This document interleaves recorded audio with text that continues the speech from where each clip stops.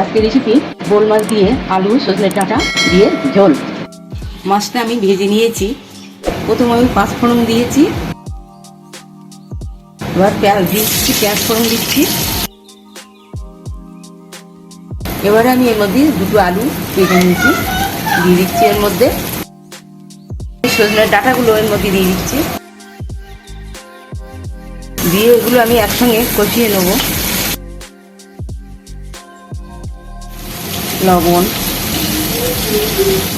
লঙ্কার গুঁড়ো,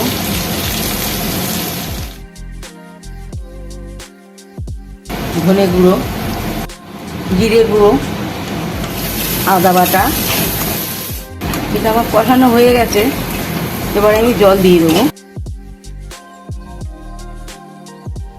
মাছটা আমি ভেজে রেখেছিলাম, এবার আমি এর মধ্যে দিয়ে দেবো।